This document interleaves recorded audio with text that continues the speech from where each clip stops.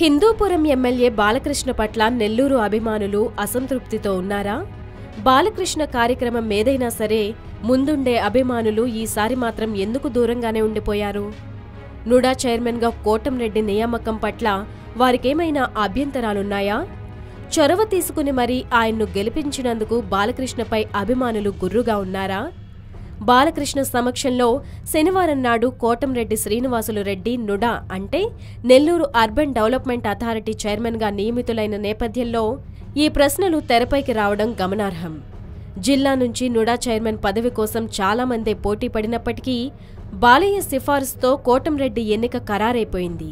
అయితే నుడా చైర్మన్గా కోటంరెడ్డి బాధ్యతలు స్వీకరించిన కార్యక్రమానికి బాలకృష్ణ ముఖ్య అతిథిగా హాజరైనా ఆయన అభిమానులు మాత్రం ఈ కార్యక్రమానికి దూరంగా ఉన్నారు.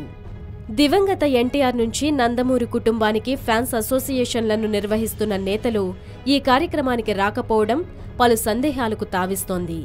అఖిల భారత ఎన్టీఆర్ అభిమాన సంఘం అధ్యక్షుడు మాజీ మంత్రి తాళ్లపాక రమేష్ రెడ్డి, ఆయన భార్య అనురాధ, వారి వర్గం మొత్తం దీనికి దూరంగా ఉన్నారు.